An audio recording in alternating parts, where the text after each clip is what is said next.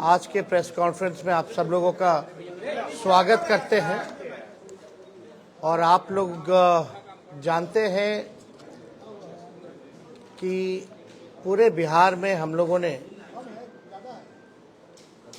यात्रा किया, जन विश्वास यात्रा, और हर जगह जो है लोगों का हुजूम, जगह जगह भर रास्ते, चाहे दिन हो, रात हो, सुबह हो, शाम हो, लोगों का आशीर्वाद, प्यार और विश्वास और ताकत लोगों ने दिया। इसके लिए हम सभी बिहार की जनता को धन्यवाद देते हैं आप लोगों के माध्यम से। और मात्र 10 दिनों के अंदर, यानी आप समझिए कि पिछले माह के 22 तारीख को ही हम लोगों ने ये तय किया था कि रैली हम लोग करेंगे, और 3 तारीख को रैली की गई। यानी केवल 10 दिनों के अंदर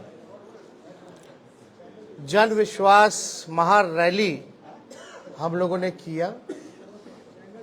और रैली के दिन खराब मौसम के बावजूद भी लाखों लाख के तादाद में लोग जुटे। एक ऐतिहासिक और एक सफल रैली का आयोजन किया गया। और आने वाले 2024 के चुनाव को देखते हुए बिहार की धरती ने एक ऐतिहासिक रैली के माध्यम से पूरे देश में संदेश दिया कि हमारा जो गठबंधन है, महागठबंधन, इंडिया गठबंधन, ये मजबूत है और आने वाले समय में बिहार से हम सब लोग चौंकाने वाला रिजल्ट देंगे। लोगों का जिस हिसाब से उत्साह था, एक एनर्जी थी, एक वाइब्रेंट रैली आप कह सकते हैं था। बारिश हो रहा था लेकिन सुबह से लोग डटे हुए थे। शाम में 4 बजे रैली खत्म हुई। कोई जो है मैदान से हिला नहीं। जितना मैदान में लोग थे उससे ज्यादा सड़क पे लोग थे। तो एक ऐतिहासिक रैली हुआ। उन तमाम जनता को हम धन्यवाद देते हैं, सभी महागठबंधन के पार्टियों को, उनके नेताओं को, कार्यकर्ताओं को भी हम धन्यवाद देना चाहते हैं इस सफलता के लिए। और आने वाला जो चुनाव होगा, साफ तौर पे जो हम लोगों ने लकीर खींची है, हम लोगों ने जिस हिसाब से 5 लाख नौकरियां, बहालियां निकाली हैं, नियुक्ति पत्र लाखों में बांटने का काम किया मात्र 17 महीनों में, आरक्षण की सीमा बढ़ाई गई, नियोजित शिक्षकों को राजकीय कर्मी का दर्जा देने का निर्णय हम लोगों ने कैबिनेट से लिया है। स्वयं सहायक समूह, चाहे जीविका दीदी हो, आंगनबाड़ी महिला हो, तालमी मरकज हो, विकास मित्र हो, टोला सेवक हो, आशा दीदी हो, ममता दी हो, सभी लोगों के मानदेय को बढ़ाने का निर्णय इन 17 महीनों में हम लोगों ने किया। इसके साथ साथ स्पोर्ट्स पॉलिसी के साथ साथ, आईटी पॉलिसी के साथ साथ टूरिज्म पॉलिसी भी इस 17 महीने में हम लोगों ने लाया।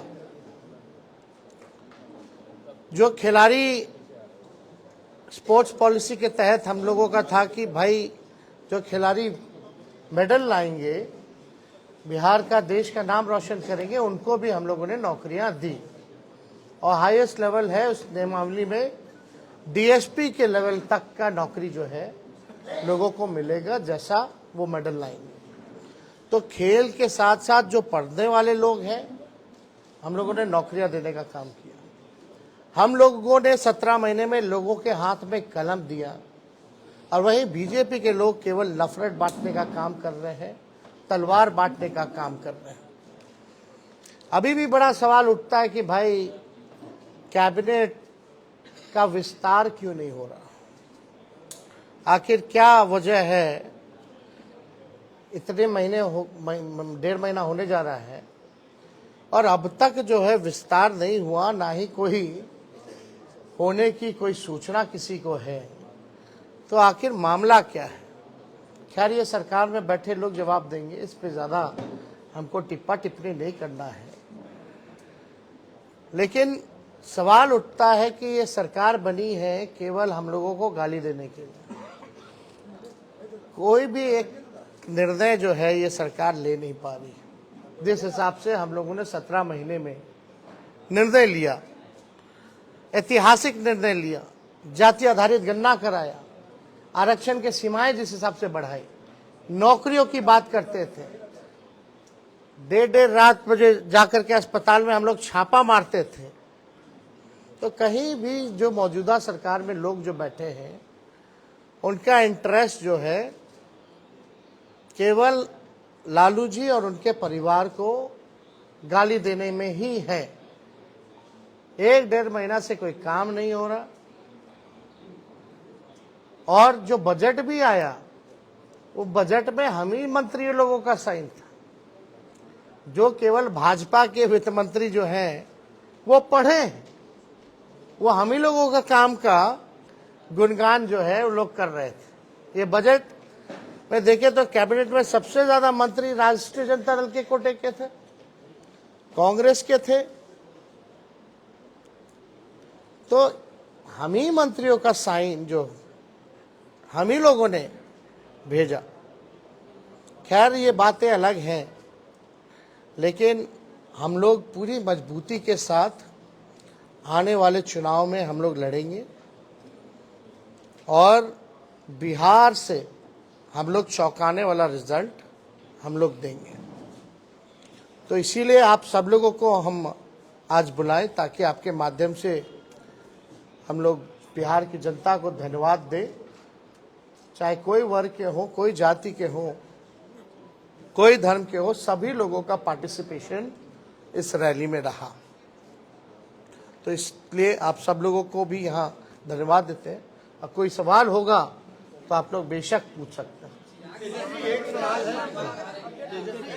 है, आप कहते हैं कि आप कलम बांटने का काम करते हैं और भाजपा वाले तलवार बांटने का काम करते हैं, लेकिन इंडिया ब्लॉक के एक नेता हैं ए राजा, उन्होंने कहा है कि भारत एक देश नहीं है और अगर ये एक देश है तो एक भाषा और एक परंपरा ये होनी चाहिए। और उन्होंने आगे बढ़ने के बाद ये भी कहा कि रामायण में वो भरोसा नहीं रखते हैं और राम सही नहीं है। ये उनका व्यक्तिगत बयान है, ये हम लोगों का नहीं।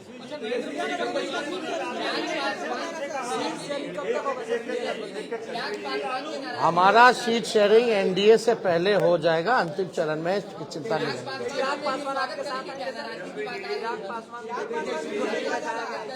इस पे हमको क्या कहना, हमको तो कहीं जाना है नहीं, हम तो जहाँ हैं वही हैं। जिनको आना होगा वो ना बताएंगे, वो तब की बात है, तब की बात। भूषण शरण सिंह ने कहा है कि मैं मोदी का परिवार हूँ। भूषण शरण सिंह जितने महिलाओं का शोषण का आरोप है, उन्होंने भी कहा कि मैं भी मोदी का परिवार हूँ। अब देखिए, अब इस पे ज्यादा कुछ तो हम नहीं कहेंगे, लेकिन हम इतना जरूर कहेंगे 80 करोड़ गरीबी से करते हैं हाहाकार, 100 करोड़ बेरोजगार, 120 करोड़ महंगाई से लाचार, दुखी सब परिवार फिर भी कहते हैं उनका परिवार। दोबारा हम पढ़ देते हैं, 80 करोड़ गरीबी से करते हाहाकार, 100 करोड़ बेरोजगार, 120 करोड़ महंगाई से लाचार, दुखी सब परिवार फिर भी कहते हैं उनका परिवार। मतलब मुद्दे की बात होनी चाहिए। पिछले बार चौकीदार हो गए थे, अब जो है परिवार हो गए हैं। ये इससे नहीं, आपको बताना होगा कि आपने कितने रोजगार दिए, आपने कितने कारखाने दिए, आपने महंगाई कम किया कि नहीं किया, आपने पलायन रोका कि नहीं रोका, आपने क्या इंडस्ट्री निवेश बिहार के लिए क्या लाया। आपको इस मुद्दों पर जो है कितनी गरीबी आपने हटाने का काम किया, आपको इन मुद्दों पर जो है लोगों को बात करनी चाहिए।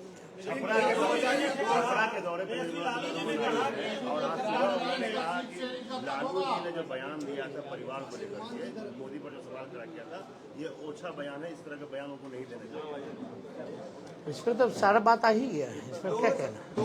निर्मला सीतारमण छपरा कुछ इससे कोई फर्क नहीं पड़ता हूँ क्या कहना। जन विश्वास रैली के मंच पे रोहिणी आचार्य भी दिखी। क्या आने वाले लोकसभा चुनाव में वो भी टिकट मिलेगा? सब बात एक एक वन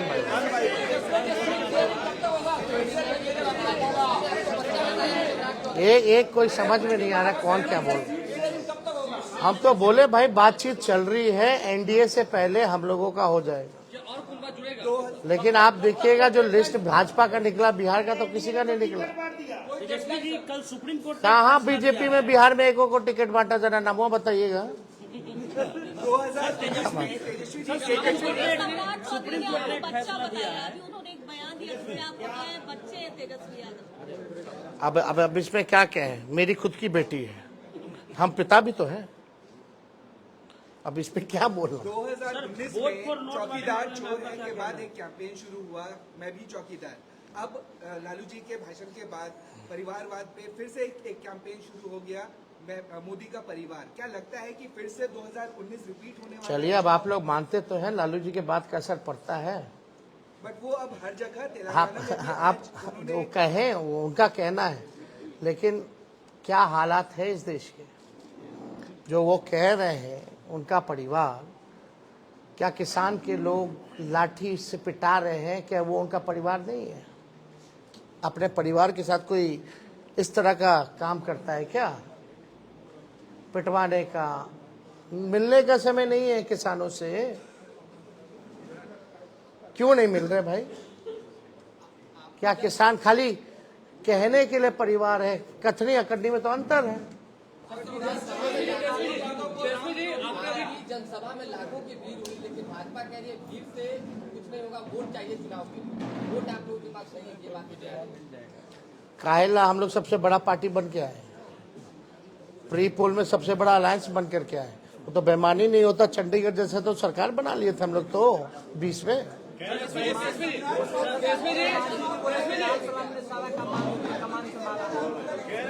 सब लोगों का योगदान है, और जो लोग कुछ भी कहते हैं वो अपना भी करके देख लें।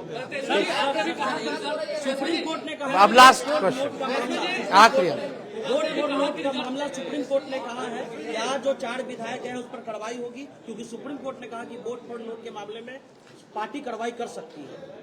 नहीं, इसमें हम लोगों ने लिखित में हमारे सचेतक ने और हमने खुद भी स्पीकर महोदय को हमने लिख करके दिया है, तो निर्णय, क्योंकि कानून तो है और इसमें एविडेंस भी है, और एविडेंस आप सब लोगों ने देखा ही था, कोई भी उधर का इधर आके नहीं बैठा, जो कुछ लोग थे इधर के ही उधर जाकर के बैठे हैं, ये तो सबसे बड़ा एविडेंस है।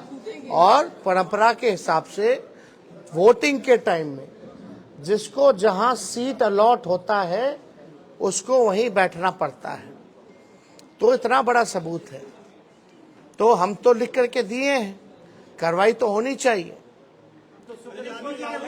अब अगर कुछ निर्णय नहीं ले पाते हैं स्पीकर महोदय, तो हमारे पास रास्ता खुला हुआ है। अब खुद कह दिया तो स्पेसिफिकली हम लोग जाकर के फिर लाएंगे। अब तो कम से कम स्पीकर साहब को निर्णय ले लेना चाहिए ना।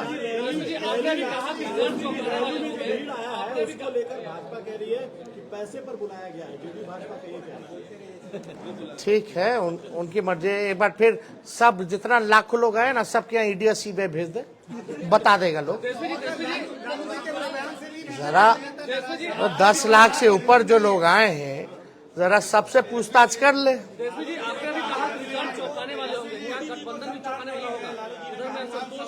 अभी आप हिंदू नहीं है, जब लालू जी ने ये कहा तो उस पर भी नाराज है बीजेपी के नेता। आपको एक बात समझना पड़ेगा। हाँ पूछिए। जैसे लालू जी ने बयान दिया, हिंदू नहीं है, उनको संतान नहीं। एक बीजेपी में कैंपेन शुरू हुआ कि मैं मोदी परिवार, फिर हिंदू है कि नहीं, उसको लेकर के उन्होंने कुछ वीडियो जारी किया, कहाँ कहाँ उन्होंने पूजा और राम मंदिर।